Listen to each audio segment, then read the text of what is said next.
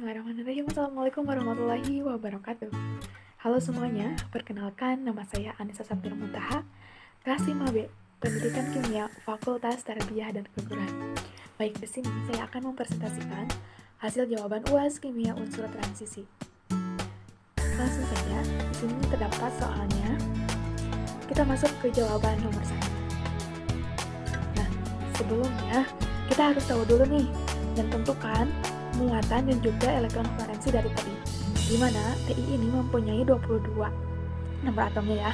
Berarti TI 13 ini mempunyai konfigurasi 1s2, 2s2, 2p6, 3s2, 3p6, dan juga 3d1. Nah, kita ambil yang 3d1. Karena D1 berarti si D ini hanya mempunyai berapa elektron? Hanya mempunyai 1 elektron. Nah, elektronnya kita simpan di sini. Kemudian kita isi terlebih dahulu kepada spin yang paling rendah. Nah, kemudian akan mengalami splinting teman-teman. Jarak yaitu EG dan T2G. Jarak dari EG dan T2G yaitu 10 deki. Dimana jika mengalami penurunan yaitu jaraknya min 4 deki. Sedangkan jika mengalami kenaikan ke EG berarti jaraknya 6 deki. Nah, ini si 10 deki ini dari mana sih? Ya, ini merupakan ketentuan teman-teman. Karena hanya bisa diketahui dengan satu alat, yaitu spektrometri. Ya. Maka konfigurasi orbital D untuk D1 ini merupakan T2G1 dan EG0. T2G ini hanya mempunyai 1 elektron ya, dan EG ini 0 karena tidak ada elektron valensi. Baik, kita lanjut ke C. Nah, dari skema pembelahan orbital ini kita dapat menghitung CFSE. Bagaimana cara menghitung CFSE? Nah, sebelumnya ada istilah X dan juga Y. X ini berarti jumlah elektron, sedangkan Y berarti jumlah elektron EG. CFSE yaitu 0,4 dikali X dikurangi 0,6 dikali Y dikali 10. Kita masukkan nih, 0,4 dikali X, jumlah elektron. Tadi jumlah elektronnya ada berapa? Ya, hanya ada 1. Berarti dikali 1. Kemudian 0,6 dikali Y. Y ini ada berapa? Yaitu jumlah elektron EG. Kosong, betul. 0 ya. Berarti 0 dikali 10. Maka akan mendapatkan 0,4 dikali 0 dikali 0,4 dikurangi 0 dikali 10. Maka hasilnya 0,4 dikali 0,410. Atau kita juga bisa menghitung seperti ini. CFSE yaitu jumlah elektron dikali min 4 deki. Jumlah elektronnya tadi berapa? Ya, hanya ada 1. Jumlah elektronnya ada 1 dikali min 4 deki. Hasilnya min 4 deki. Nah, karena tidak ada elektron yang berpasangan, maka tidak perlu ditambah P atau pairing energy. Jadi pairing energy di sini yaitu Baik, kita lanjut ke urutan spin terendah. Kompleks yang memiliki spin tinggi dan rendah. Dari soal ini kita dapat tentukan bahwa TiH2O 6 kali 3+ ini lebih kecil dari TiEn 3 kali 3+ dan lebih kecil dari TiCl 6 kali 3-. Jadi dapat ditemukan bahwa spin yang tertinggi yaitu TiCl 3- dan spin yang paling rendah yaitu TiH2O 6 kali 3+. Spin tertinggi ini berarti juga medannya terkecil. Gitu. Kita lanjut ke susunan lambda yang terpendek. Baik, kita masuk ke poin D, susunan lambda yang terpendek. Di sini kita dapat ketahui bahwa susunan lambda yang terpendek yaitu TiEn 3 kali 3+. Dan yang terpanjang yaitu TiCl 6 kali 3-.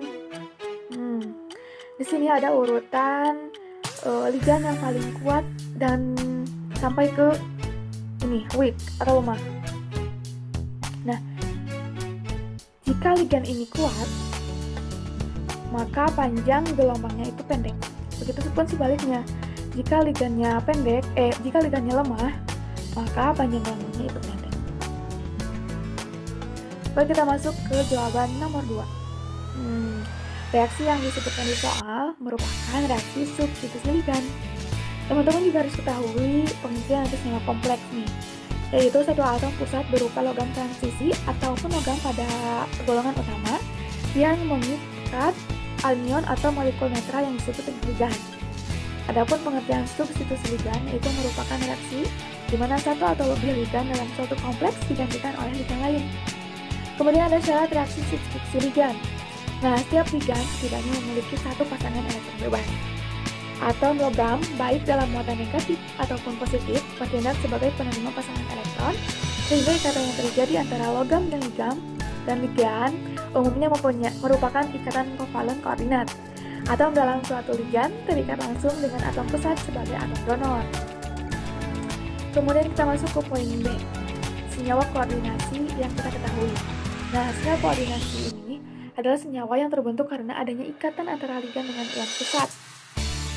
Ada satu praktikum nih dengan penelitian yang dilakukan dengan tujuan memperoleh senyawa kompleks Zn 2x8 hidroksikusionolin dengan pelarut asetonitril, metanol, dan etanol, serta menentukan karakteristik dari produk yang diperoleh.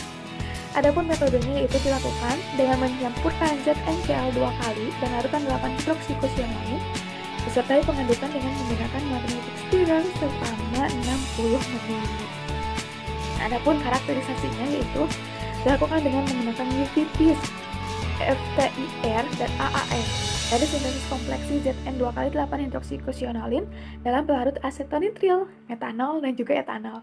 Nah, dapat disimpulkan bahwa Zn 2 kali terkoordinasi dengan ligan 8 hidroksikusionolin membentuk endapan senyawa kompleks Zn 2x8 hidroksikusionolin yang berwarna kuning. Lanjut ke nomor 3. Nah, senyawa ini merupakan EDTA atau ethylene diamine tetracetic acid. Adapun fungsi dalam bidang kesehatan yaitu sebagai terapi kelasi atau detoksifikasi di detok ya teman-teman. Untuk apa? Untuk menghilangkan atau menetralkan racun dalam tubuh. Nah, ada informasi ini secara umum, terapi detoksifikasi ini atau kelasi ini merupakan suatu metode untuk mengeluarkan logam yang ada dalam tubuh seperti Pb, Cu, dan yang lainnya. Nah, maka diperlukan senyawa organik nih teman-teman yang bisa mengikat si logam-logam dalam tubuh sehingga akan larut dalam air dan nantinya akan dikeluarkan dari tubuh seperti itu. Baik, kita lanjut ke B, contoh senyawa kompleks pada bidang lingkungan. Nah, yaitu proses biosintesis asam oksalat yang dilakukan oleh jamur pembusuk coklat. Proses ini merupakan proses fisiologis yang sangat penting bagi jamur, di mana jamur ini memperoleh energi dengan mengoksidasi karbohidrat menjadi asam oksalat.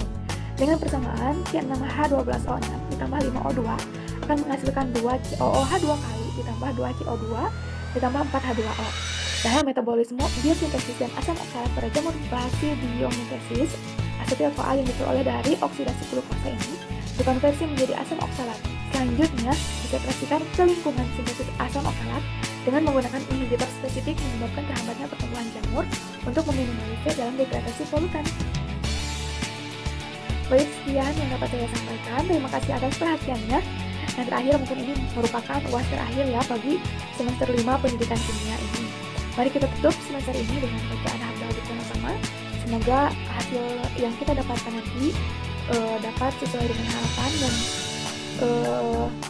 menjadi keberkahan untuk kita semua. Baik, terima kasih. Wassalamualaikum warahmatullahi wabarakatuh.